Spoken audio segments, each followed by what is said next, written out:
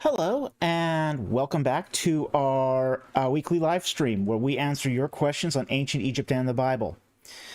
Today's live stream, The Weight of the Soul, is named after a famous experiment that was done by Duncan McDougall in 1907, where he was weighing people on their deathbeds to figure out how much the soul weighed.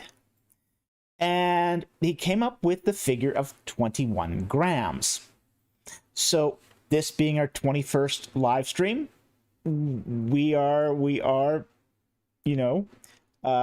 tipping the hat to a interesting question, even though his experiment is far from being able to replicate for ethical reasons and for basically some practical reasons also. But 21 grams was what McDougall calculated as the weight of the soul. Now, if this is your first time joining our live stream, we answer your questions, and super chats take priority as in most YouTube live streams. But if you're not asking a if you're not using a super chat and you still want to direct the question to me, please put a Q and a colon at the beginning of your question so I know it's directed at me. And also, I also would ask that you only put your question in once so I know whether or not I've actually looked at it or not. And I'd also ask if you are going to do a any sort of reference to a foreign word or a Bible verse, include the passage, include the reference to the passage so I know where it's come from, or in the case of a foreign word, because I've studied so many languages, it is helpful to know what you think the meaning of the word is, so I've got some context here. Context is great. The more context, the better. It helps me answer your questions. Okay? So, with all that housekeeping in order, let's get right into it. So I'm actually going to start off. I mean, last time we kind of were hard pressed to do non-super chats. So we're actually going to start with a non-super chat today. And let me fire up the Twidget app here.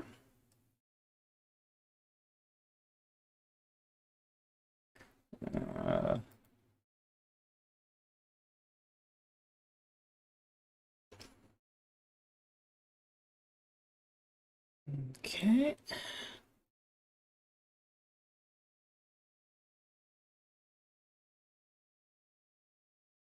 Okay. And it actually fell off, believe it or not. So this must have been put in and out, but I'll just, I will just recopy it. Put it down there. Okay.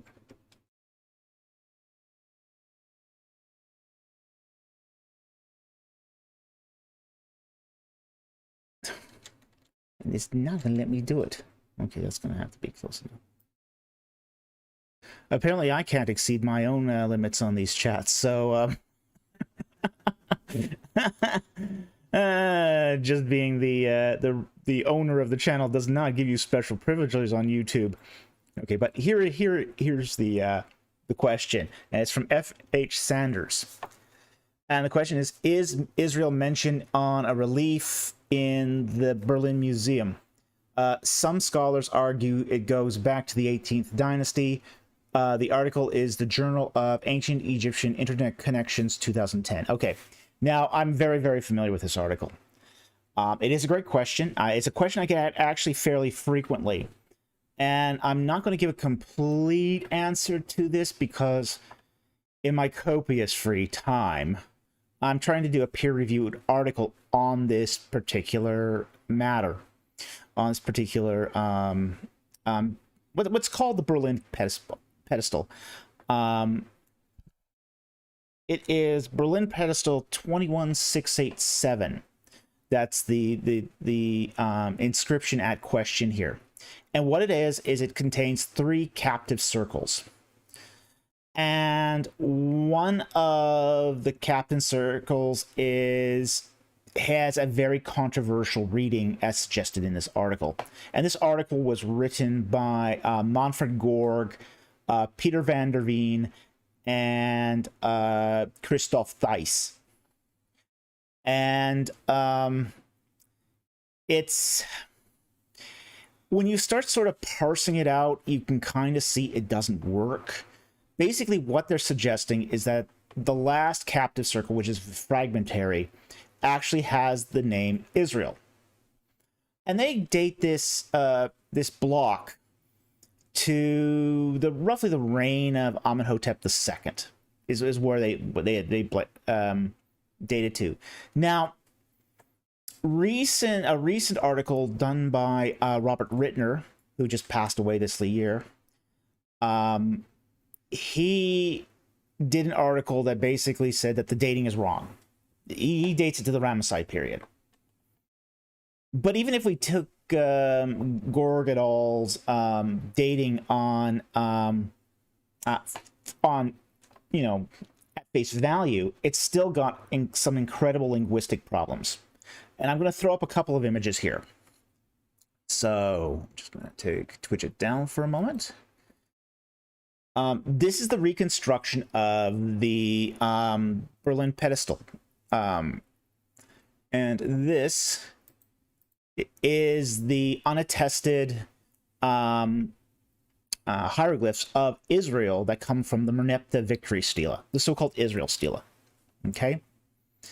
Now, if you just did a naive reading of the Merneptah stela, you get a Y, you get an R, you get a Y, you get an S, you get an R, you get an I, you get a Aleph, you get another R. Okay? So you get Yisrael. That's essentially what you get from the Merneptah stela. And that's why it's uncontested. It sounds very much like the modern Hebrew, Yisrael. Okay? So, because it sounds so similar, you know, nobody contests the Merneptah stela. Now, the Berlin stela is a whole other matter. It doesn't start with a Y. It starts with an I. The next letter is not an S. It's another Aleph. And then you get this Shah in the middle, followed by an IR, an ear. So if you're just sort of pronouncing it without any preconceived notions, you get Ia Shah ear. Okay? Now, one of the things is Ia doesn't equal a Y. One of the reasons I just don't buy Gore, van der Veen's, and Thesis' proposal here is because they have to go through all these linguistic hoops to get Israel out of this.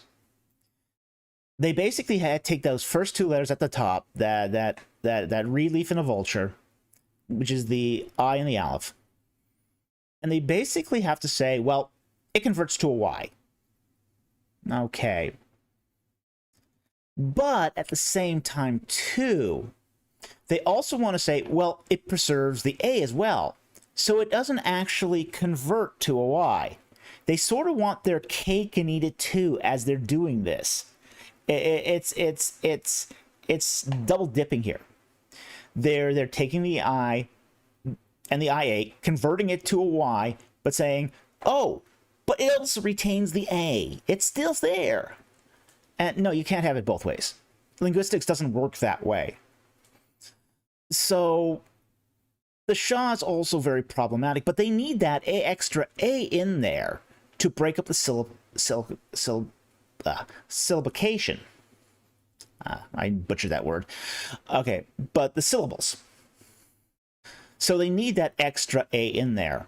Otherwise, they get yish is what they get. They get yish ear, and that's not going to work for them. They need that extra A in there. but I don't think this is going to work in the long run. There's just too many linguistic hurdles that they have to do. So that's all I'm going to say about this right now, because I am working on a peer-reviewed article for discussing this matter further. And I think there's an alternate reading of this that is actually incredibly plausible, but does not require any of these sort of hoops to jump through. So anyway, thank you very much for the question. So we did our first non-super chat. So let's go to the super chats. Okay, and get the widget back here.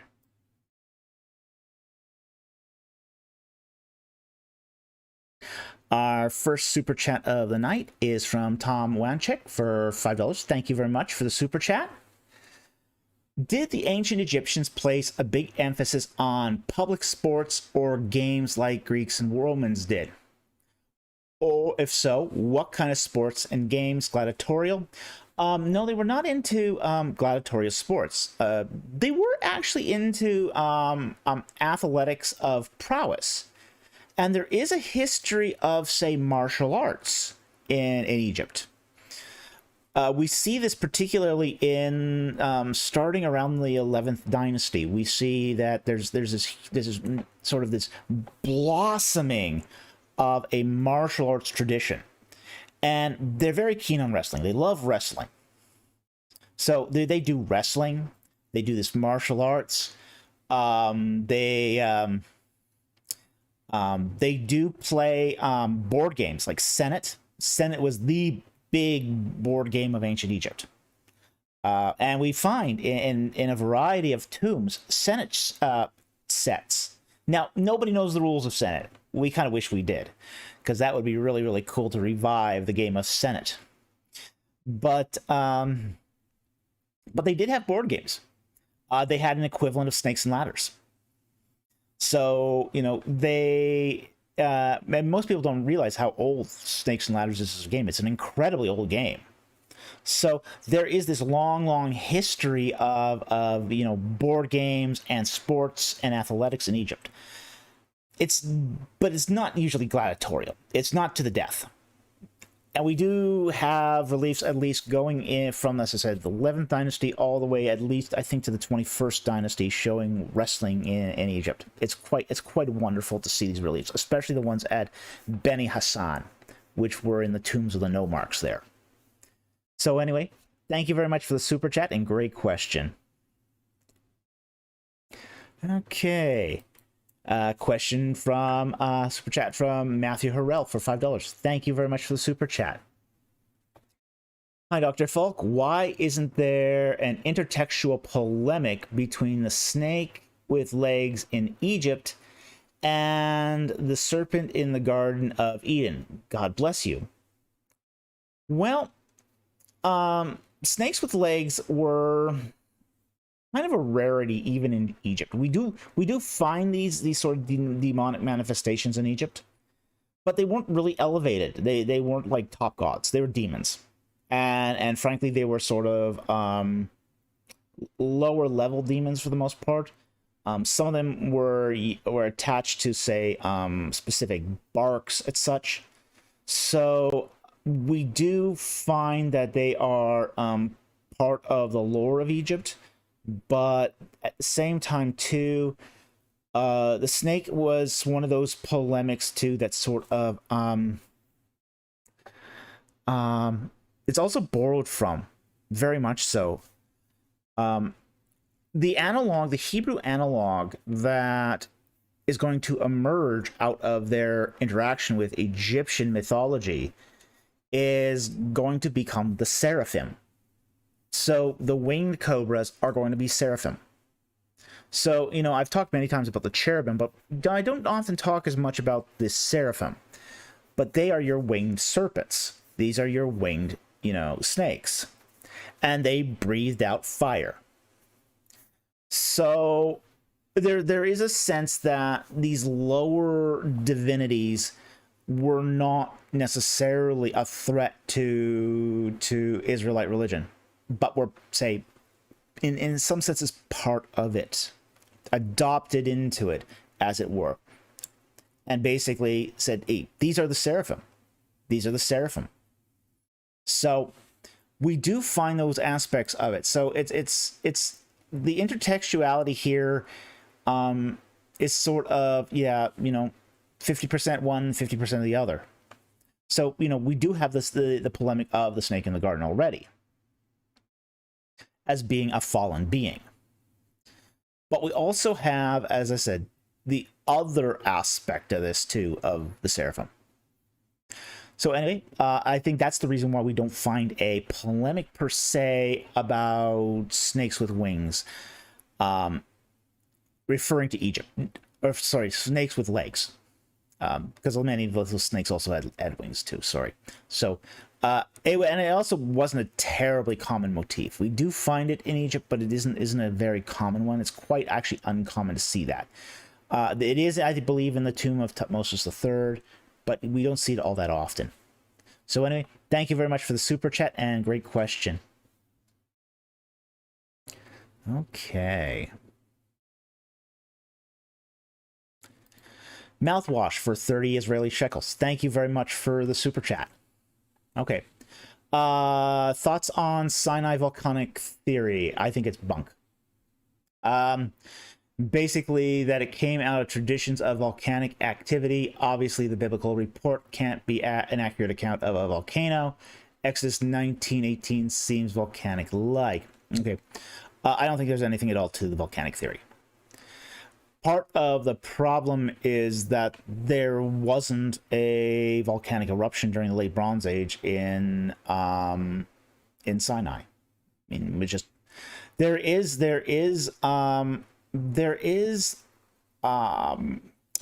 geothermal activity in Sinai, and there is to this day. You find hot springs in the south of Sinai, but we don't actually have an active volcano there. Now, even in, say, the Saudi Arabian Peninsula, most of the sort of the proposed candidates for, say, a Mount Sinai volcano aren't actually volcanoes either. They are essentially mountains that have been colored with desert varnish, or they're black granite. So not having a proper candidate for a volcanic eruption that's contemporary to the period is going to make that hypothesis really, really difficult to do. I mean, there's essentially no volcanic eruptions, between the Eocene period and, say, 600 AD, roughly. So there's not a lot there that you can actually pin on to a volcanic eruption here. So I think it's a theory that's out in left field. I think it doesn't have the evidence it needs to be considered seriously, and I think it's just empty speculation for the most part. So, but it is still a good question, and it is a question that comes up frequently. We do get a lot of people, especially with the work of Ron Wyatt, because he really sort of pushed this theory of the Mount Sinai being a volcano. So I'll let you evaluate that source as it is. But anyway, thank you very much for the super chat. I very much appreciate it, and thank you very much for the question. Okay. Matthew Harrell for $5. Thank you again for the super chat. Is there a connection between the Uraeus and the serpent held up on Moses' staff in Numbers 21:8? If so, what is Christ saying in John 3:14? All right. There is a connection between Moses' staff in the serpent held up in Numbers 21:8 and a Uraeus. Okay, it is very true that the two are probably exceptionally similar. We also find that these serpent motifs continue to be used in ancient Israel. It's on Hezekiah's ring seal. We see the sun disk with the wings, and that's the Wadjet. That's the Wadjet, and it's essentially a kind of serpent deity, even though it might not have any pictures of snakes on it. it's got a couple ankhs.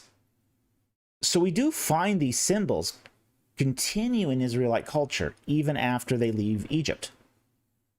And we also have to remember too that Egypt is Israel's sort of largest neighbor. It's the neighbor with whom Israel has the most interaction with. There's lots of trade going on between them. Much more trade happens between Israel and Egypt than happens between Israel and her partner or her surrounding nations. You know, so there's a lot of cultural interaction that's happening between Egypt and Israel. So, in many respects, Israel almost cannot escape its connections with Egypt. Now, I'm going to go to John 3:14 because I want to get the context here. So I'm going to go to John.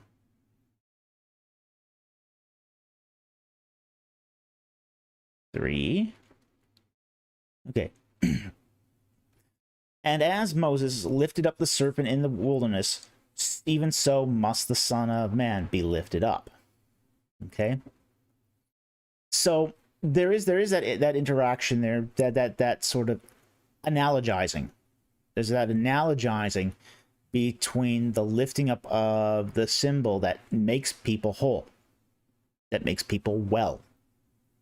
And we have to remember, again, serpents here are not all evil in the Bible.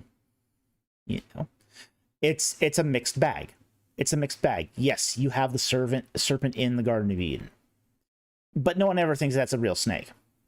You have the seraphim. Seraphim are snakes. You know, they're angelic beings, but they're represented by a snake. We have Christ saying, I wish you were as innocent as doves and as wise as serpents. Okay? So serpents are a mixed bag in the Bible. So it really is going to, in many respects, depend on the context. Now, the context of the serpent being lifted up in the wilderness is generally a positive context. Yes, it probably looked like Urias, but it was also sort of, again, an inversion of the symbol as well. You know, whereas the pointing of a Urias spat fire and killed whatever was in front of it, the holding up of the serpent, those who looked up at it were made well, they were healed of the snake bites. So, you know, there's an inversion going on here. So we have to be cognizant of the fact that, you know, not all symbols are used exactly the same way within the biblical context. The biblical context can use these symbols in different ways for different purposes. So it's clearly what's happening here is an allusion to the crucifixion. It's an allusion to that the serpent's going to be lifted up and the people will be made whole. Well, Jesus Christ is going to be lifted up on a cross and the people are going to be made whole. You know, by his stripes we are healed. So the serpent on the staff is a kind of Christ. It's an allusion to what is coming in the future, as well as the healing in the present.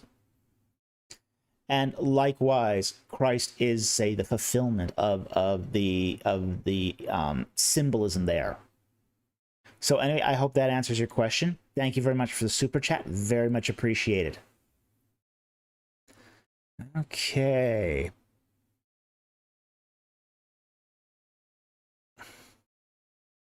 I'm going to just grab this here. Further comment by Mouthwash here. Forgot to mention in my question, all volcano theories suppose that the Israelites were in Arabia, no volcanoes in Sinai Peninsula. That is correct.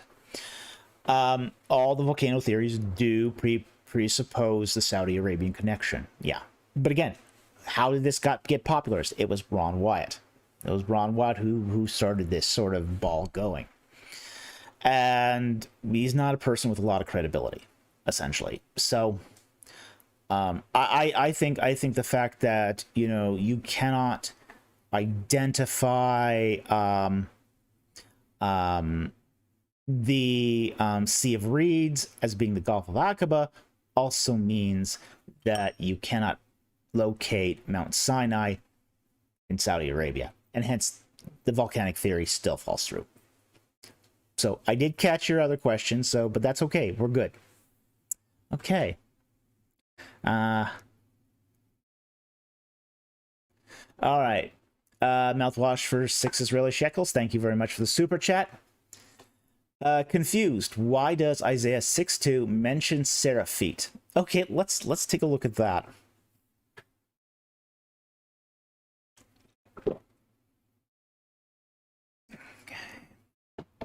Isaiah 6. Okay. I'll start at 6:1 here and just read through to 6:2. In the year of King Uzziah's death, I saw the Lord sitting on a throne, lofty and exalted, with the train of his robe filling the temple. Seraphim stood above him, each having 6 wings. 2 covered his face, 2 covered his feet, and with 2 he flew. All right. Now, we have to be very, very cautious here when we talk about, say, seraphim and cherubim, because it's a symbol that does change over time. Like, for example, by the time of Isaiah, essentially 500 years has passed, since the Bronze Age. So what we got here is essentially, new symbolism entering into and being ascribed to these angelic beings. Now, while they are, say, seraphim are, winged serpents, they're not always portrayed as serpents. Sometimes they are portrayed as being humanoid, just like cherubim. Cherubim are winged lions. But in certain contexts, cherubim are also winged female humans. That it depends upon the orientation of the wings, the context. By the time of Isaiah, many of these creatures now have gained 2 extra sets of wings. And, some of this has to do with Babylonian influence, where we start seeing the influence of Babylon and Assyria start playing into the symbolism of the seraphim and cherubim. Because you do find 6-winged angelic beings in Mesopotamian myth. So we do find that in Mesopotamian. But earlier in say the late Bronze Age, that's not so common. You don't see that. So what we're seeing here is an updated symbolism, essentially a new sort of addition to the symbolism of the seraphim that also includes hand or feet, face, and one of the things is the covering of the feet. That's also very, very that's a powerful symbolism in the Near East. Okay. In the Middle East, you don't expose your feet to others. I think I may have related this story. I was sitting in an airport in Cairo, and I was waiting for my flight to go home. And, I had my legs crossed. I had and the bottom side of my foot was, exposed. Well, this old guy came in with his 2 wives. He sat down beside me, and then he started chewing me out for exposing the bottom of my foot to him. There's a story of a saint a Coptic saint who was he was a shoemaker, and he started making shoes for a woman who came in and started to raise her dress up to the ankle, and he gouged both of his eyes out with a sewing needle so he wouldn't be tempted by sin. Because in that context, exposing one's feet was the equivalent of saying, I'm going all the way with you sexually. So it has very, very powerful imagery in the ancient Near East. So it was very, very important back then to have your feet covered for modesty's sake. So not knowing exactly why a seraphim would need to be modest, that's what's being shown here with the feet being covered by the wings. It's a sign of modesty. It's a sign that even in the presence of God, these angels, these angelic beings have to show decorum within the throne room of God himself. So that's what's being shown here. So anyway, it is an interesting question, and I hope that cleared up the confusion. Thank you very much for the super chat. Very much appreciated. Okay. Matthew Harrell for $5. Thank you very much for the super chat. Is there anything about Christ's teaching that relates to Egyptian culture that most Christians don't know? Wow. It's an interesting question. It's an interesting question. I've never quite thought of it that way. One of the things about Christ's sort of teaching and his whole sacrifice is it's all about Passover. It's all about the Passover. It's the second Passover. You know, the first Passover, killed the firstborn and liberated the Israelites from the yoke of slavery in Egypt. The second Passover was Christ being sacrificed to remove the yoke of sin. We are fallen creatures. We are all enslaved to sin. And what Christ did was reconciled mankind to God by paying the price for sin. All the symbolism there, the whole Passover thing, the whole Passover lamb, to Christ's silence before Pontius Pilate, is all echoing back to the Passover. The Seder supper that he has before, when he's in the night he's betrayed. That's Passover. That's the night before Passover. He is. This is all. All this is dovetailing with the Passover, symbolism, and all of that goes back to Egypt. All of it. The unleavened bread. That's a carryover from when they had to put the bread in the bread bowls. And bread bowls, the original Passover bread bowl wasn't this wide flat thing. It was this tall cone. And they didn't give it time to leaven, which is how they ate the bread unleavened. So it's just rich with the symbolism of the Passover. And all of that symbolism goes back to Egypt. Without Egypt, you don't have the Passover. Without the Passover, you don't have, the whole crucifixion, resurrection narrative. Because there's nothing to hang it on. That's the framework. So I think what's happened is in say modern culture, modern Christianity, the Gospels have become so subject to a Western reading.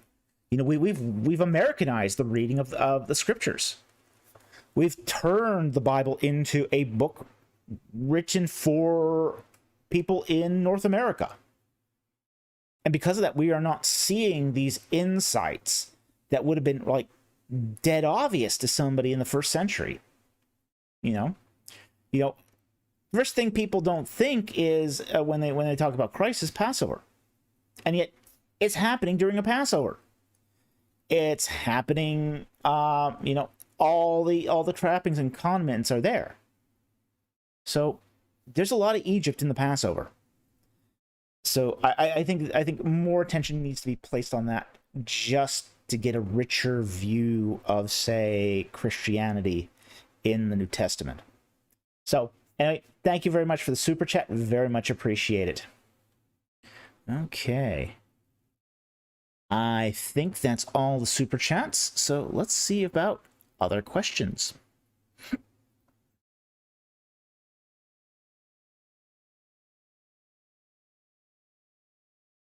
I'll take this one from Chao Yi. Dr. Falk, how was it like taking a master's while holding down a full-time job? Did you have to skip work for class or vice versa?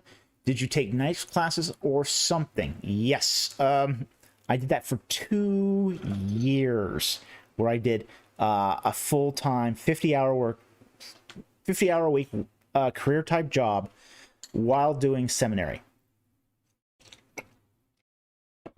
Now, during those first 2 years, I had to take a 3/4 program. I couldn't do a full course load.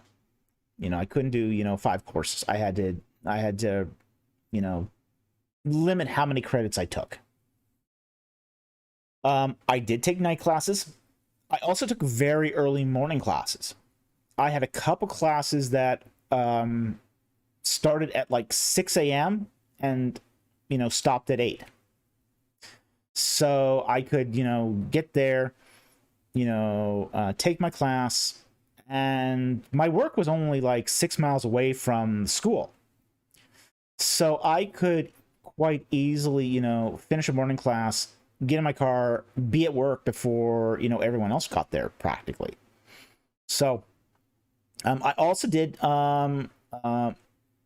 classes during my lunch.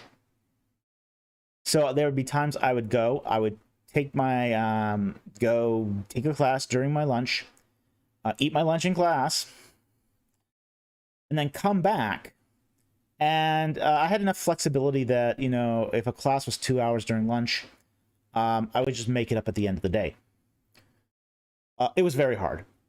I'll be straight up with you. Holding down a full-time career and doing a master's degree was very difficult. It was not easy to take that much classwork at the same time as doing it. And there were times that I would have to spend a lot of extra hours at work because of this. So I tried to use as many strategies as I could to make this successful. And it did very much help that my employer was also at least supporting the effort for me to go to school and get a master's degree. So anyway, I hope that answers your questions. Thank you very much for the questions. Okay.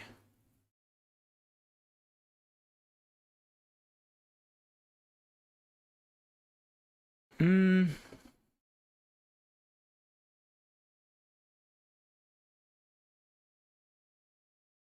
I'm going to take this one from Charles Schmidt.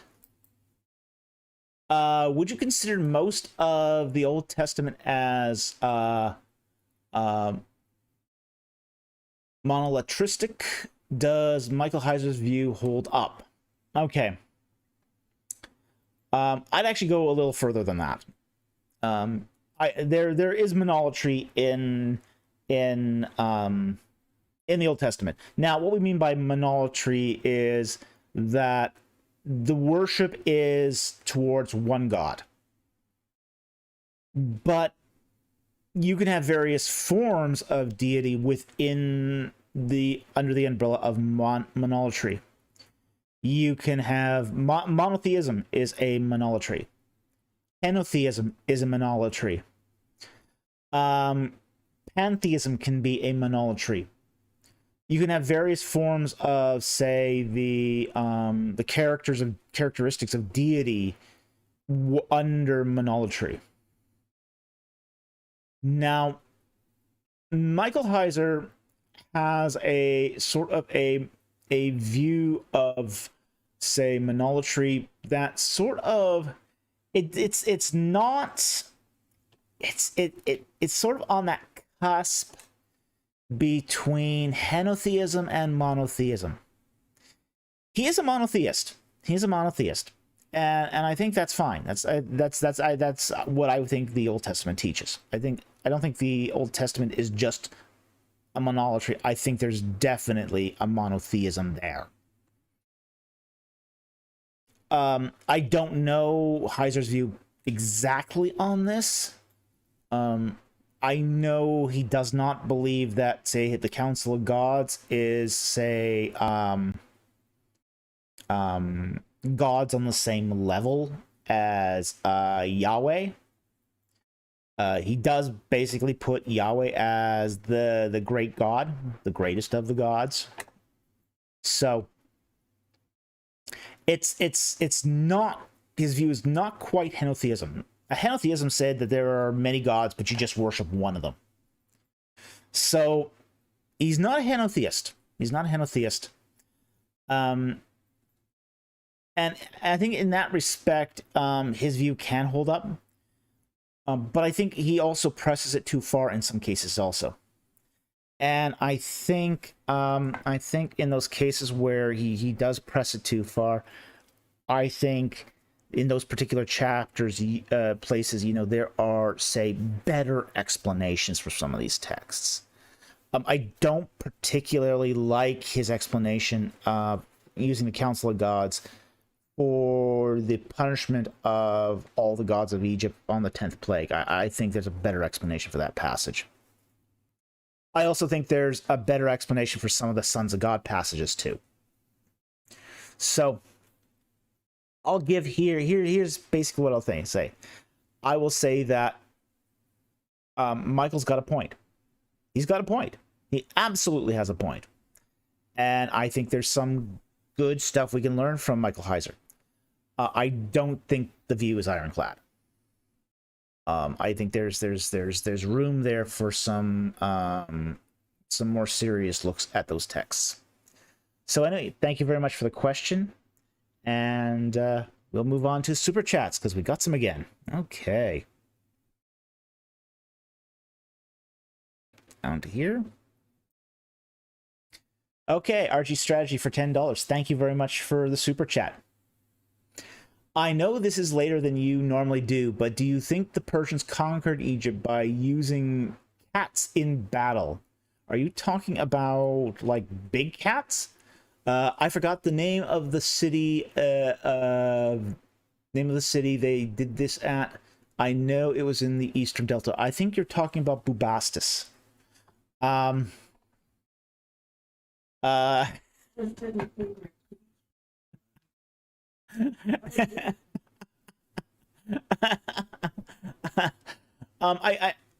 don't think they use, say, the typical domesticated cat in battle. Now the Egyptians used domesticated cats in hunting. One of the things about cats is they were highly trainable. Nowadays, cats train us. We don't train cats. But back in the Egyptian days, people they didn't take hunting dogs with them. They took hunting cats. And what they do with the hunting cats is they flush out the ducks in the marshes with the cats. And then, they would just then, pick off the birds as they flew out of the reeds with a bow or arrow or a throwing stick or something to take down the bird. But the cat was all over the marsh, and he could be recalled. He was a trained animal. So the cats as hunting animals were very versatile, very versatile. And the Egyptians did really, really love their cats. So, but the name of the city in question is Bubastis, and it was a city that was dedicated to the goddess Bastet, or Bast, which is a cat goddess. It was famous for a festival, which was well known for its debauchery. It's mentioned in the Bible. Bubastis is actually mentioned in the Bible. It's mentioned as Pibaset, House of Bastet. So it actually is. It is one of the places in Egypt that's referenced in the biblical texts. So I don't think the Persians used cats to conquer Egypt. But with the Persians, you never know. They had some very odd battle practices, and I'm not that up on my Persian battle techniques. So I can't say I don't think so, because I don't see them being that useful in the battlefield. But with the Persians, you never know. So anyway, thank you very much for the super chat, and a really interesting question, really out from left field. I didn't see that one coming. Thank you very much, though. Okay. Anthony Rugier for $5. Thank you very much for the super chat. Do you think we have good archaeological evidence for a united kingdom? I think you mean the united monarchy of David and Saul and Solomon. Is the Iron Age transition downdating important in this issue? I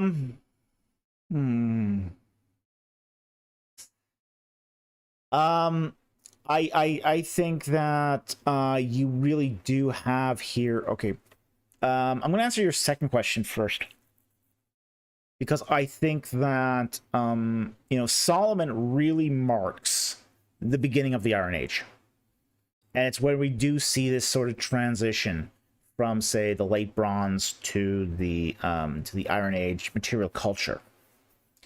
And it's really when Israel is at peace, that Iron Age culture starts to come into its own. So I do think that it's important that we recognize that, say, the time of the United Monarchy is the time of the early Iron One. It's early Iron One. Now, do I think we have good archaeological evidence for a united monarchy? Yes, I think we have good evidence for a united monarchy. We see that the reach of, say, the Davidic kingdom is getting wider and wider and wider. And I think at this point, I don't think anyone at this point doubts the existence of a King David or a King Solomon. The only question that sort of remains is how widespread, how powerful was the United Monarchy. We do know that during the time of David, that David was having his agricultural war in the Shephelah with the Philistines. Okay, so we have that. We do have the Tel Dan stela that does mention the House of David. We do find Hebrew writing at Tel Asafi. So the pieces are mounting up. The pieces are mounting up. We have, say, the Davidic fortress at the city of David. So there's more than enough here, I think, to warrant a united monarchy. So it's now just, as I say, it's now just really a question of how expansive, how powerful. We know it's more than just a local governorship, a local warlord. Okay, but how expansive remains to be seen yet. But I think there's good evidence to suggest that it probably went, from the Negev through the Judean foothills up at least into the Jezreel Valley. So I hope that answers your question. Thank you very much for the super chat, and very much appreciated. Okay. Yeah. Justin Holmes asked this 3 times, 3 weeks in a row. What's going on, Genesis? Eliezer puts his hand over Abraham's thigh. Okay. Let me find that then. Under Matthew Morales super chat. Egyptian culture, most Christians don't know. Anthony, mouthwash, Mobius, Justin. This.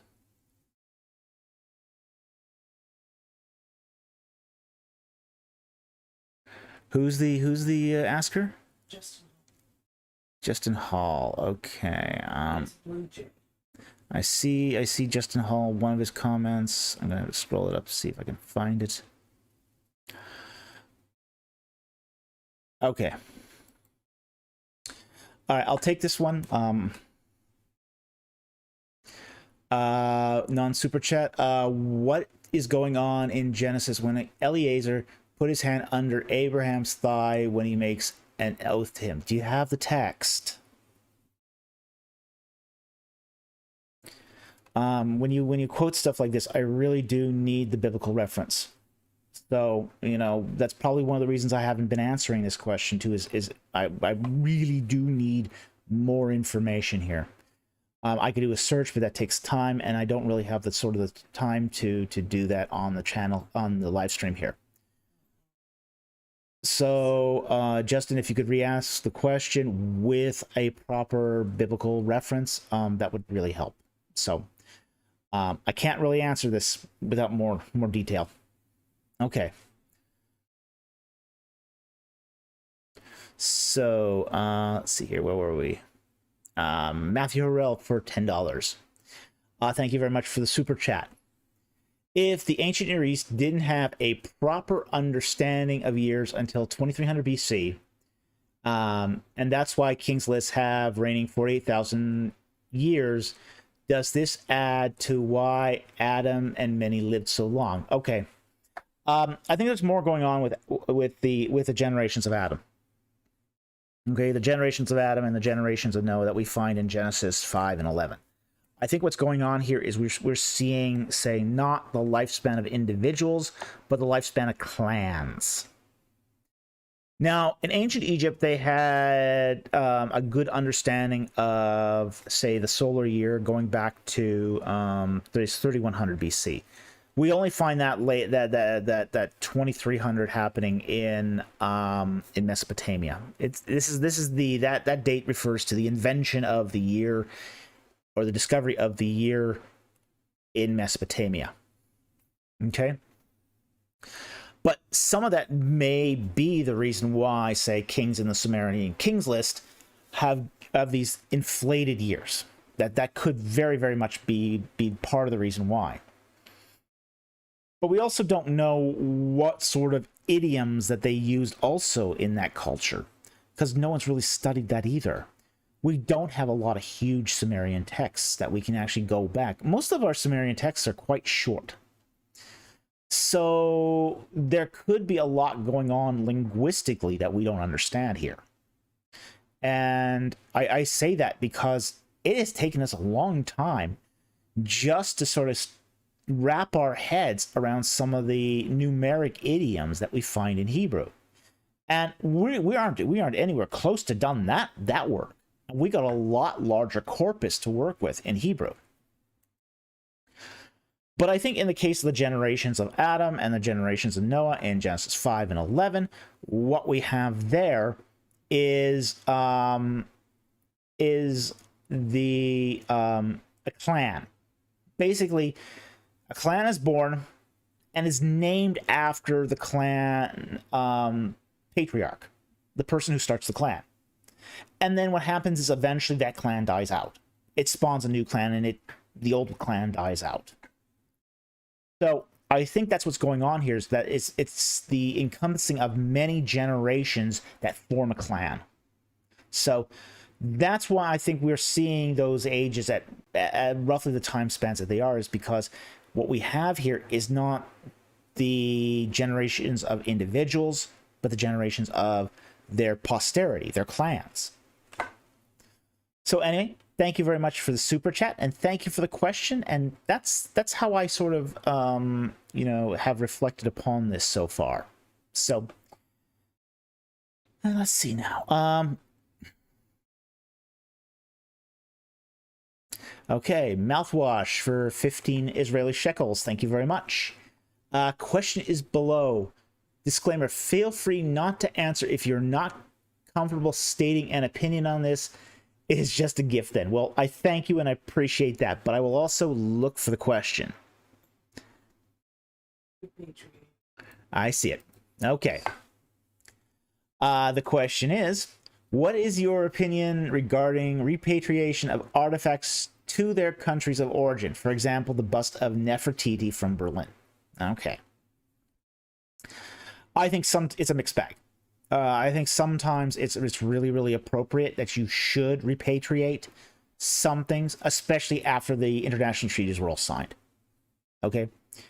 I believe it was in 1971 that the UNESCO Treaty on Antiquities and Cultural Heritage was signed, and that treaty basically prevents the export of artifacts without proper documentation and licensing. Basically, essentially permission from the respective governments. So anything, say, smuggled out of, say, Egypt after that treaty was signed should go back. You know, that's part of international law. It's part of international treaties, and that stuff should go back.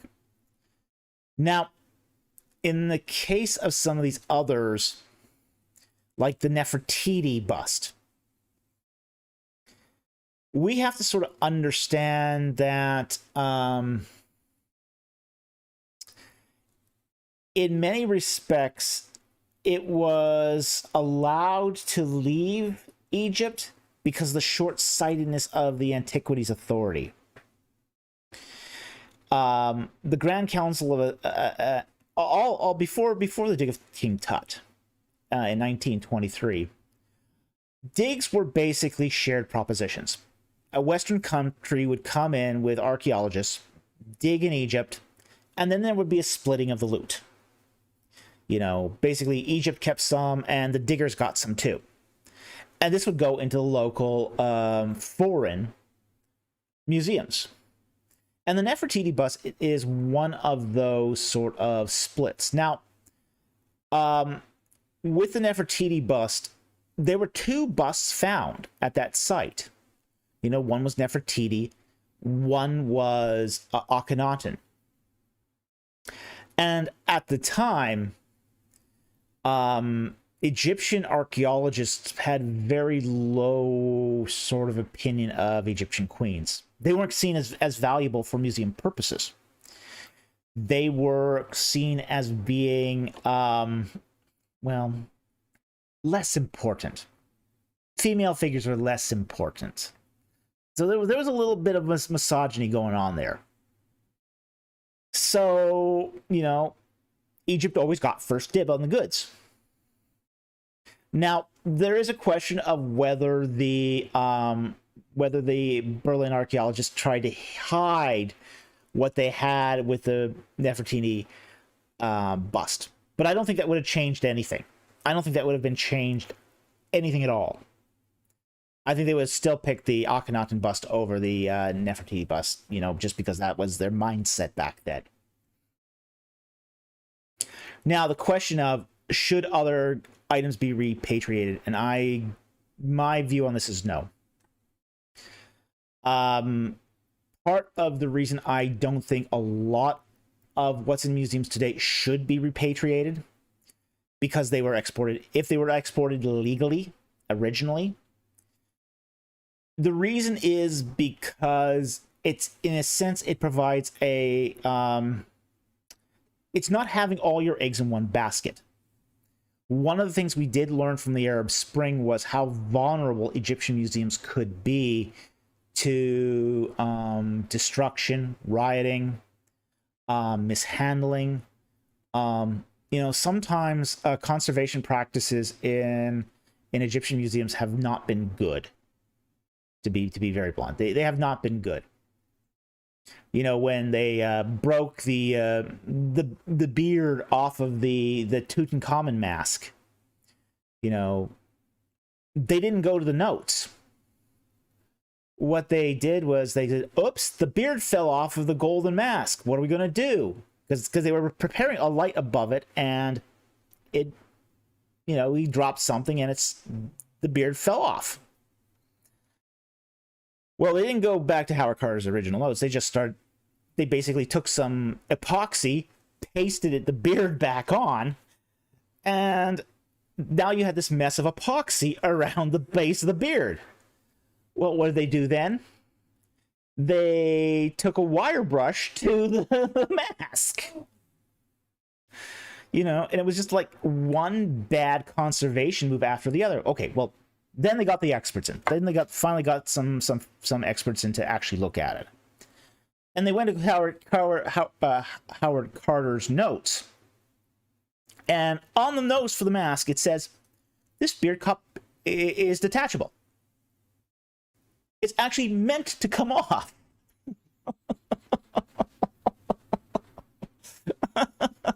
All they would have had to do is just insert it.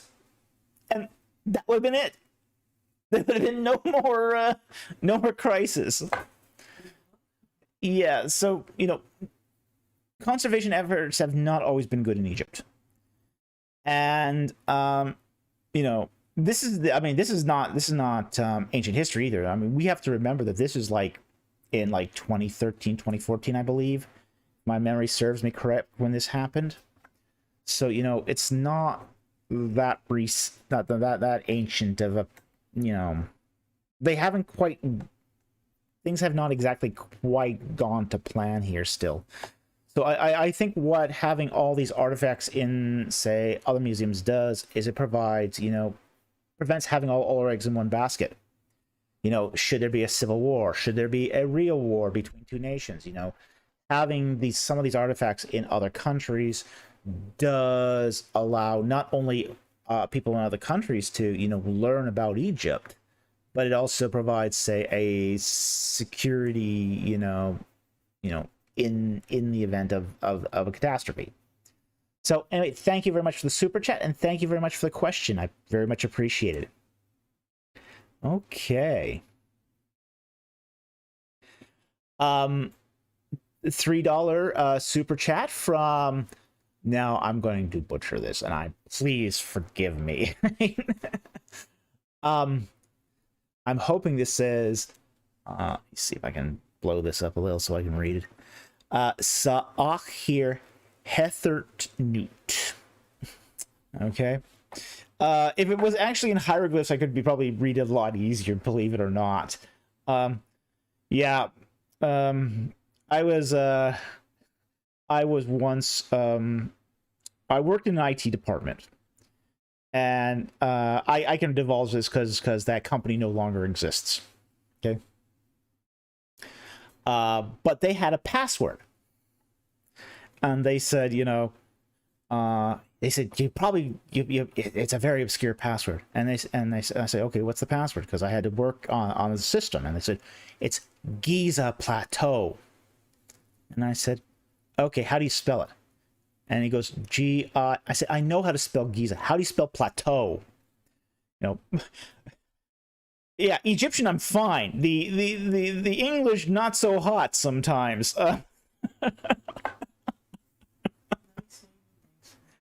But anyway, thank you very much for the super chat. I like the Egyptian name, so I very much appreciate your support of the channel. Thank you very much. Okay. Did I see it? Yeah, and we're not quite. We'll get back to that in a moment. Okay. All right. $2 super chat from DN Salazar. Thank you very much for the super chat. Very much appreciated. Views on Evo and the African OG language by Sai. Could you expand that a little in the comments below? I don't quite understand the question. Okay, so I will try to answer the question, but I don't understand the abbreviations here. Okay, so I appreciate the super chat, but I just don't understand the question. So thank you very much. Now let's see here.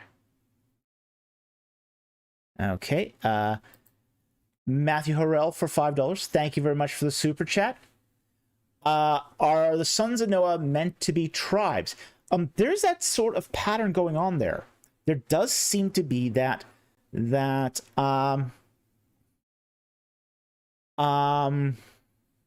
on that this is meant to be say tribal affiliations. So yeah, you're definitely onto something here. I think that's definitely what you're supposed to get out of this. That Noah is the progenitor of, say, 3 huge mega tribes. There is that seems to be that clan, tribe, family structure that's going on here. So absolutely, I think you're onto something. You once said that the sons of Adam were tribes. Yeah. Does that end at Genesis 6:3? Let me take a look at Genesis 6:3, just so I make sure I'm on the same page. Genesis 6 and 3. Then the Lord said, my spirit shall not strive with man forever, but he also is flesh. Nevertheless, his days shall be 120 years. Okay. I think it does end over there.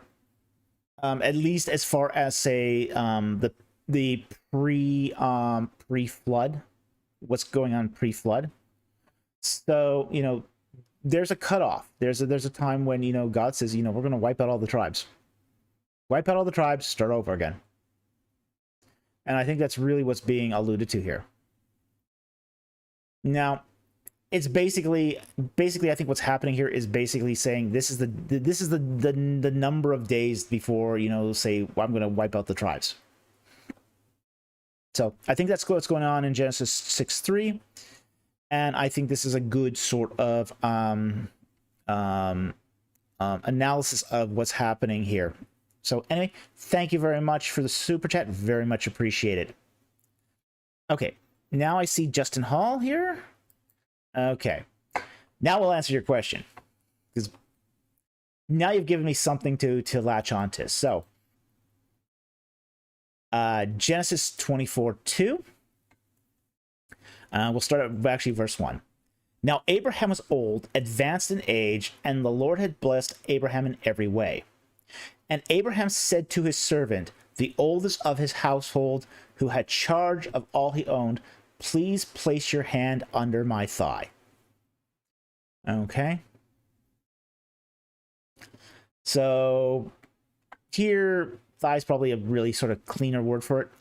Loins, base, basically anywhere from, say, basically the buttocks.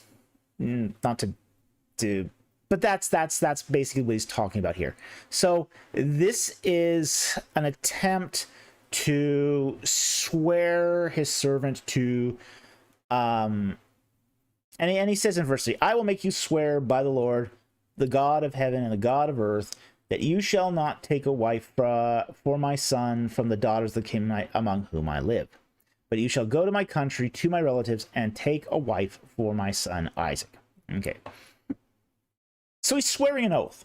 It's essentially a kind of, you know, we do this too, you know, put your hand over your heart when you swear allegiance to the flag, or put a hand on your Bible when you take a oath. You know, it's a physical act of taking an oath. So that's what's going on here, where he has to put the hand under the thigh. It's a swearing. It's essentially, you know, on my body, you will do this. You promise to do this. Okay? Because we have this connection here. This deeply personal connection that you will conduct all the words I ask. And this is a voluntary oath. I mean, he's a servant. How voluntary is that? But it's serious. Abraham is trying to convey the seriousness of this oath for him. To him, this is really important. So he wants to make sure it is done. So he makes his servant swear on sort of, you know, the pain of his master, as it were. So this that's what's sort of going on here. Now, we don't have a lot of comparisons to this. I have not seen this exact sort of form of oath swearing in other texts. But then again, I haven't really looked into it either. So I don't recall any off the top of my head that are similar, but there might be. So anyway, that's all I can say about that for now. Thank you very much for the super chat. It is an interesting question. Okay.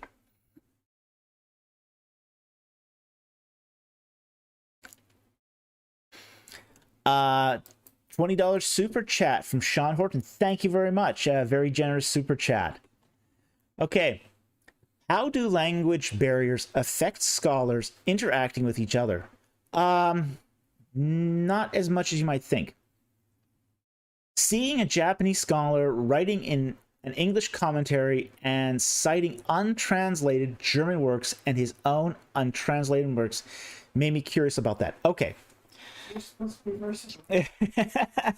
Here's the thing. As a scholar, it's a language game. It's a language game.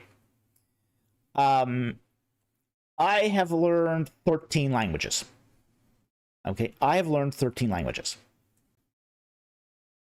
And among them are French and German. I also know some Japanese. Now, Japanese scholars are all going to know English. They're actually quite fluent. I actually know a couple of Japanese Egyptologists, and they are very, very fluent in English. They can converse very well in English. They know their English very well. So it's a less of a concern in scholarship that something is not translated into English. Now, it can be a pain in the neck to really sort of deal with some really badly written German texts. I won't doubt that. But at the same time, too, it's probably less of an issue than you probably think. The big sort of problem, say, with continental scholars communicating with English speaking scholars is more the nuances of the spoken language. The written language really isn't a problem. Most English-speaking scholars can read French and German. Most German and French scholars can also read English. German and French scholars prefer to speak in English. They don't, like, for example, my spoken French is terrible. I mean, it's terrible. I grew up in Canada. I was taught French, but my spoken French is really awful. When I was in Paris, I tried to put a bit of my spoken French to practice. So I walk into this wine store and I start trying to speak some French, and they said, "Stop it!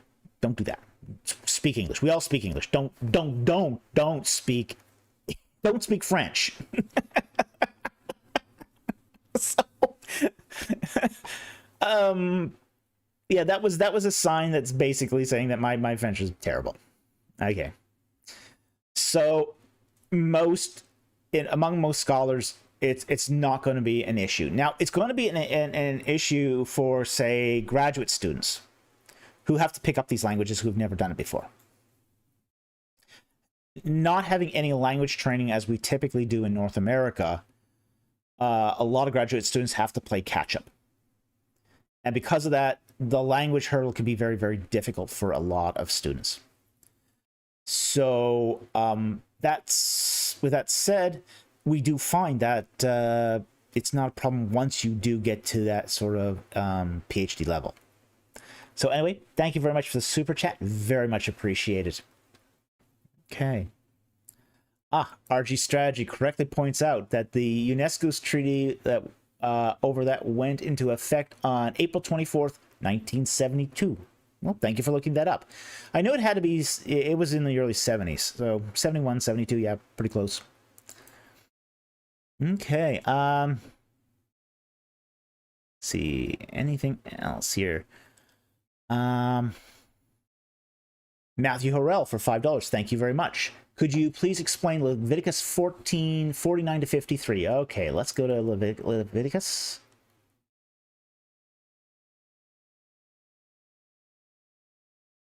14.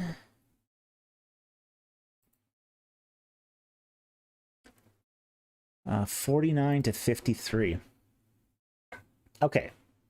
To cleanse the house, in starting verse 49, he shall take 2 birds and cedar wood and a scarlet string and hyssop. And he shall slaughter 1 bird in an earthenware vessel over running water. Then he shall take the cedar wood and the hyssop and the scarlet string with the live bird and dip them in the blood of the slain bird, as well as the running water, and sprinkle the house 7 times.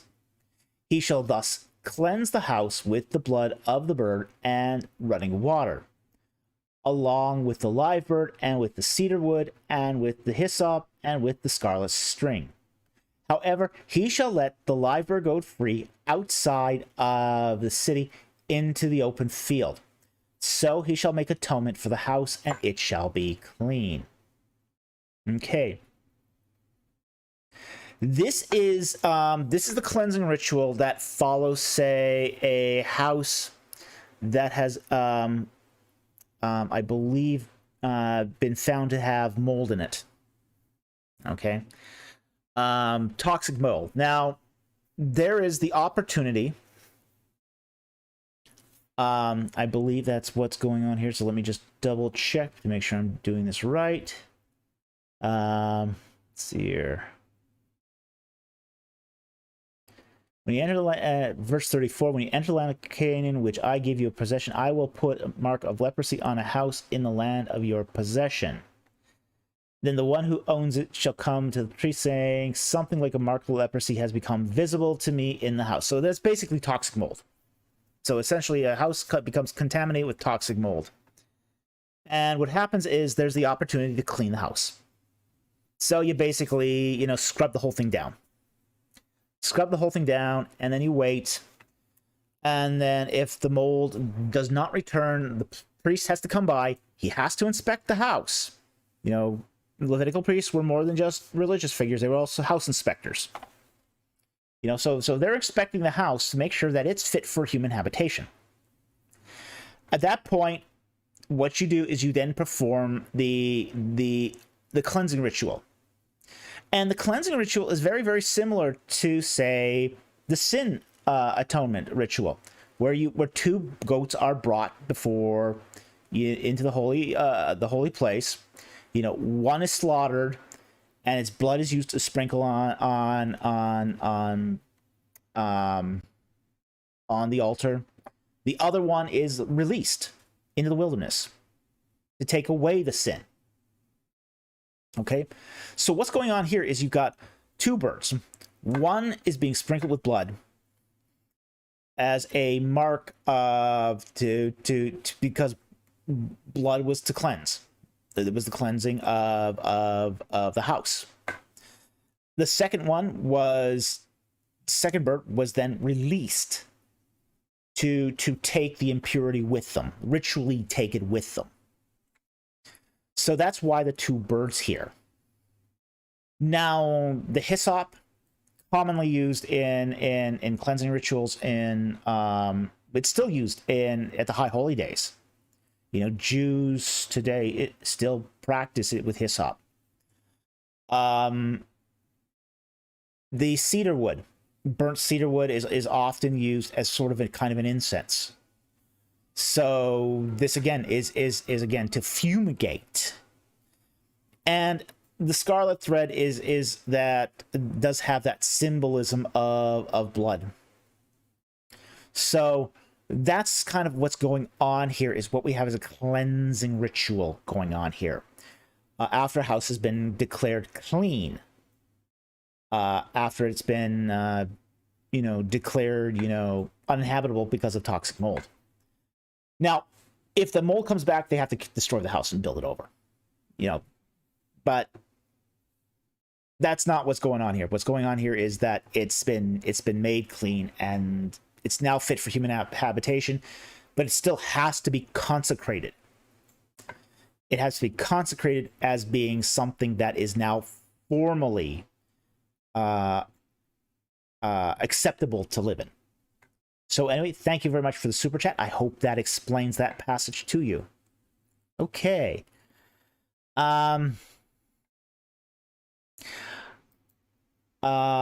Okay, ancient Egypt Bible, that's okay. Not many even know that Hathor is Hathor. Actually, that's kind of interesting. If you look at, say, the Egyptian for Hathor, it's Hoot Hair. So, what you got there is Hoot Heret, maybe a more, say, female name. But the original Egyptian for Hathor is Hoot Hair, and it's interesting if you look at the hieroglyphs for this, because it actually uses the hoot is the temple glyph. It's the temple, and it's basically a kind of a squarish hieroglyph, but inside that is the falcon glyph, which is Hor or Horus. So Hathor's name, Hoot Hor, it actually is derived from, say, the temple of Horus. So it's a very interesting etymological link there. But that's more of the etymology I'm used to when I encounter it. Now, how you spelled it here isn't wrong. It's not wrong. It's just it's not one I'm more familiar with, more of the Egyptian convention there. But you could actually put any vowels in there. It's, as I say, it's not wrong. It's just not something I recognized immediately. So, but that gives you a little extra trivia too. So, I hope you enjoyed that. So, let's see here. Okay. Deanne, he's rephrased his question. Okay, I appreciate context. Context helps me so much. Okay. First question was thoughts on evolution and the scientific discovery disputed of the original language being in Africa and how it affects Genesis. I only have $5 for this, so laugh out loud. Don't worry about it. I do appreciate the super chat, so I'm glad we got to answer your question. Now, I'm not going to put out a lot of thoughts on evolution because I'm still coming to terms with that myself. I'm actually still I'm not a fan of evolution. I think it's got some scientific problems. For me, very formative in my thinking was Evolution: A Theory in Crisis and its successor. He wrote actually a second book on this as well. So I think evolution has scientific issues. Now, with that said, however, I'm also not going to go the opposite direction either, which is I'm not going to go for American young earth creationism because it has, say, biblical issues. So in both respects, I think both are positions that are less than desirable. Now, with that said, however, it's more of a matter that I think that evolution isn't correct and I think it is anti-biblical. But because it's really trying to answer questions that Genesis 1 isn't trying to ask. And if you try to make a text answer questions it was never meant to ask, you're going to end up with some kind of crazy results. Now, as far as the original language being in Africa and how it affects Genesis, I'm still going to reserve issue on that. I'm not exactly sure about how sound that study is. Again, I'd have to look at how linguists got there.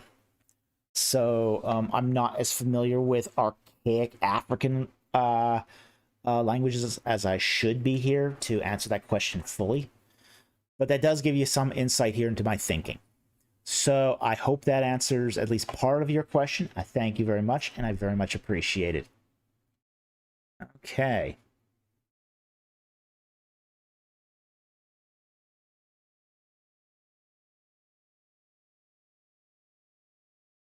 Okay.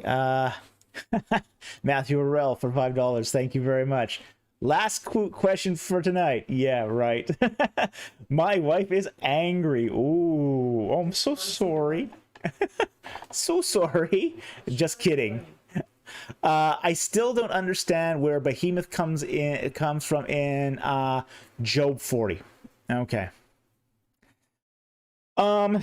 We are not exactly, I mean, there are many monsters in Mesopotamian myth. And this could be, you know, from considering where Job is living at the time, which is in among the Arameans, you know, there's going to be some cultural exchange going on here. Now, I think that Job is definitely written in the Iron Age. I don't think it's a late bronze. I don't think it's a late bronze work. But I think here that Job is going to reflect some of the mythology of the Iron Age. Now, all across that region, you actually have a wide diversity of myths. You have the stuff from Ugarit, you know, and that's going to trickle through the culture there. You also got cultural penetration from the other side through Mesopotamia and Elam. And we don't actually know what Elam's myths are yet, because we don't actually have a lot of Elamite texts. So we're still trying to figure out what Elam contributed to the cultural mix as well. There's also some cultural mix from the north as well, from Urartu. So there's going to be a lot of cultural mix going on here for Job's narrative that we're still trying to figure out. And I think, you know, Leviathan was a little easier because we do have a parallel. We do have a parallel in another text, but we don't have that parallel for Behemoth as far as I know. So with that said, you know, I don't think this is a question we can immediately answer, but what I think we can do is say that there's probably a parallel out there. There's probably some sort of interaction with some sort of myth, and Aram being crossroads, of that remnants of the Mitanni Empire. You know, you're gonna see a lot of cultural exchange going on. So that's gonna be my comment for that. Thank you very much for the super chat, and I hope you don't get into too much trouble with the misses. But thank you. Okay. Anthony Rougier for $5. Thank you very much for the super chat. You've talked about Cooney going crazy. Well, I didn't say going crazy. I did say, though, that I think she takes the woke thing a little too far.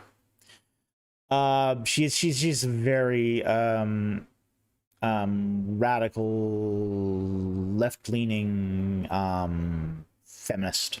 I mean, there's just no way to sugarcoat that. Is this seen in her academic work, which is like funerary equipment, right?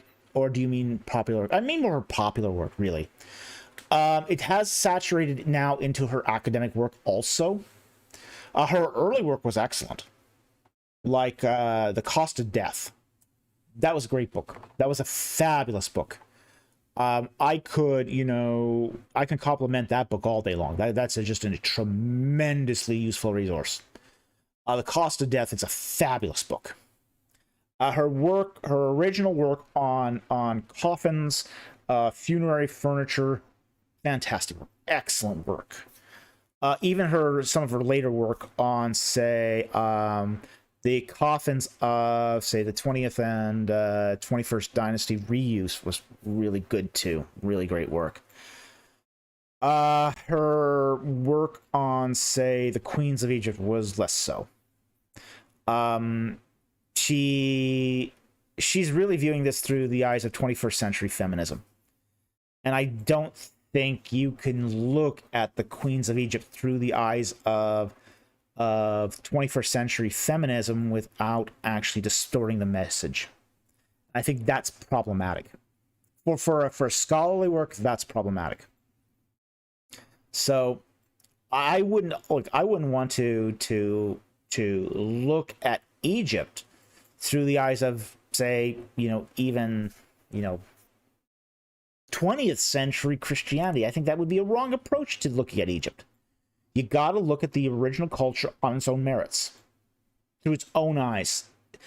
It's an emic perspective I think we need to advocate here. And I'd say the same thing of the Old Testament.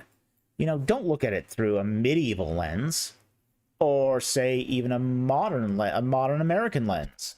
Look at the scriptures through its original context, which happens to be late and Iron Age Israelites. So I think that's really, really important when we approach any archaeological understanding. It's trying to get to the point where you can actually understand it through the eyes of the people who were actually in the culture. If you can do that using texts, using material culture, using archaeology, you've done something. You've shed light where there was darkness. And I think much of Cooney's recent work has been using, say, as I said, 21st century feminism as a lens. So that's my opinion of her work. But I think some of her work is absolutely fabulous too. So I don't want to discard the baby with the bathwater. Her archaeological work, her hardcore archaeological work, especially the old stuff, is great. Highly recommended. Really highly recommended. So thank you very much for the super chat. Very much appreciated. Okay. Brendan Stupik for $4.99. Thank you very much for the super chat. Do you believe Zoroastrianism, Vedic religions influenced early post-exilic Judaism? One of the famous parallels is between Isaiah 44 and Yashna 44. Yeah, there was some influence with, I wouldn't say Vedic religions. Okay, I think the Vedic religions are far too isolated. Now there is actually one word of Hindi in the Bible. I can't remember what it is, but there is one word from Hindi. So there was a slight influence between the Hebrew scriptures and, say, India. Okay. However, the influence of Zoroastrianism is going to be probably more profound, just because it tended to it emerged out of that area where they had been recently exiled. Now, how much influence between Zoroastrianism and Judaism is a matter of debate. There is a lot of debate here between how much influence there is. One of the things about Zoroastrianism is it does seem to have been a sort of a self-isolating religious group. So it didn't actually have a lot of religious influence, sort of outside of its own confines. So, and you could say the same thing too about Judaism. It is in many respects a self-isolating religious group. Now, we happen to be enculturated into that, but one of the issues of Judaism has always been, how does it interact with other communities and other thoughts and other belief systems outside of its own? Oftentimes it's by polemic. Sometimes it's by adoption, integration. So it wouldn't surprise me if at all that Isaiah 44 and Yasna 44 had parallels with at least Zoroastrianism. Vedics, I'm not so sure. I kind of doubt it. But we also have a lot of Persian words too. And, Persian would have been, say, the language, I believe, that the Zoroastrians would have used. So I think there is definitely ties there. So, but the extent to them, I don't know. All right. Yep. All right. Next one here. Okay. Dien Salazar for $2. Thank you very much for the super chat. Question below, last one for the night. Okay. Let's see here. Ooh. What are the beasts in the book of Revelation? Revelation is why I got into biblical studies, to figure it out. Wow. There's actually all sorts of beasts in Revelation. And the vast majority of those beasts are actually found in the Old Testament. Now, the riders of like, for example, let's take, for example, just the four horsemen of the apocalypse. You know, the pale horse, the red horse, the black horse, the white horse. These are all found in the Old Testament. But what's interesting is that what we have in their description is the description of basically a 1st century AD description of cherubim as the riders of these horses. And they're acting as divine messengers here. They're spreading out the message they have been asked to deliver. So, popular studies will often see many of the beasts of, say, the Book of Revelation as sort of evil figures, malignant figures. But there seems to be more going on here than that. They do seem to be having sort of a divine sanction to this. So they do seem to be, So when we talk about, say, I mean, I've heard someone say like the four great beasts of the Book of Revelation. If we talk about them, they're very much along the lines of, say, angelic, the images of, say, created angelic type beings. So it's hard to get too much into the detail of this without actually going to the text and having a look at the text. But I think there's also here a lot of, you can just almost to the image, go back to the Old Testament and find a reference there. And I think that's really amazing that I mean, it's, the Book of Revelation is so rich in the Old Testament, that when I was teaching this the Book of Revelation as a course, and it's basically you have your Book of Revelation open in one Bible and your Old Testament open in the other.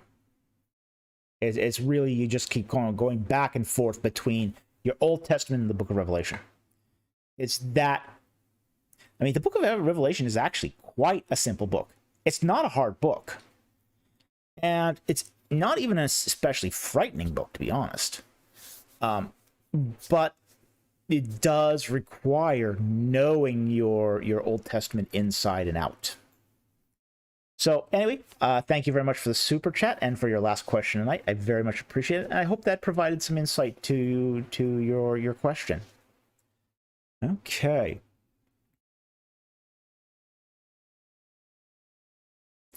Anthony Rugier for $5. Thank you very much for the super chat. Do you think Sarah Parcak's lighter work is very important? Yes, I do. Is it overblown? No, it's not.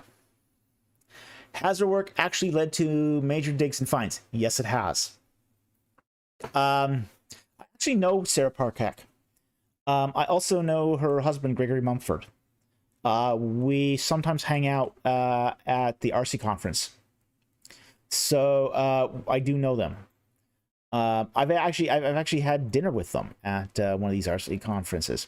So, we actually were all sat at the same table. So I know Sarah and her husband. I think her work is incredibly important. I don't think it gets the appreciation it deserves from her institution. Her institution has been, really doesn't appreciate her work and would like her to move on. But they also don't want to give up the fact that her research has sort of brought in 7 figures of donations. So, you know, the university knows if she leaves, that money goes with her. So they don't want to lose that either. But they don't exactly want to support her work either because they don't see the value in it. It has been incredibly valuable. With that LiDAR work, you can actually, using the satellite photos, see under the sand. Okay? You can see under the sand. You can see the structures. You can see villages. She has found the foundations of pyramids with this. Unfortunately, you know, she's tried to use some of her findings to actually conduct digs of her own, and just been put up roadblock after roadblock after roadblock from the Egyptian government. The Egyptian government has just given her the runaround, and it's really unfortunate. But sometimes dealing with Egyptian authorities, especially if they think you've got something good. If the Egyptian authorities think you have something good, they will do everything to take that dig away from you so that a native Egyptian can take credit for it. I knew somebody who wanted to dig in the Valley of the Monkeys. And lo and behold, when the proposal was sent for the concession license, it was granted to an Egyptian who just happened to be close buddies with Zahi. So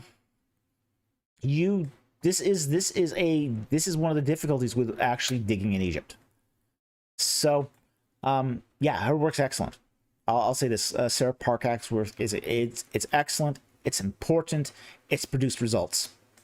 It won't solve everything, but it has revealed an awful lot under the sand. So yeah, it's good work. So anyway, thank you for the super chat. Very much appreciated. Matthew Howell for $2. Thank you. I was kidding. My wife isn't actually angry. I didn't think she was, but I saw you just kidding. So, but I do appreciate the extra super chat. I know you're not in trouble, but thank you for the additional super chat. Okay. Now, it is 9:45 my time. We've been going for an hour and 45 minutes. We are going to wrap it up here and call it a night. I'm going to take one last scan for a question that might interest me. We've already taken a fair number of non-super chats tonight, so I don't feel guilty about ending it at this point. But if I do see one more question that I think is worth a little extra time, I'll just going to take a quick look. So let's see if there's anything else. But I'm only going to pick an interesting question here.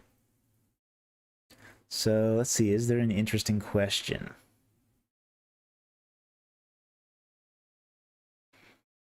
There's a valley of the monkeys.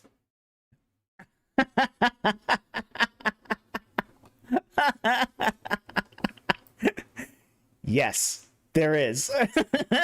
There is a Valley of the Monkeys.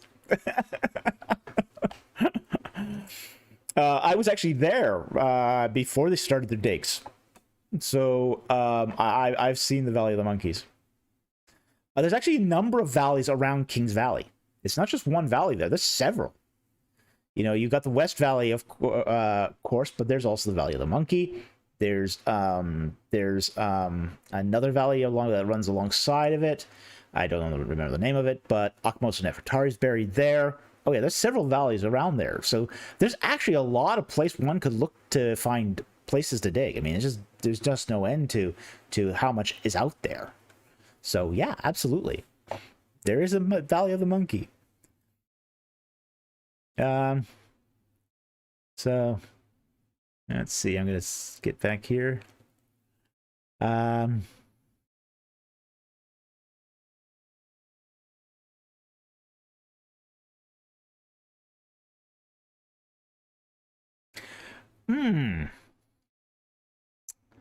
That's an interesting question. We may take that one.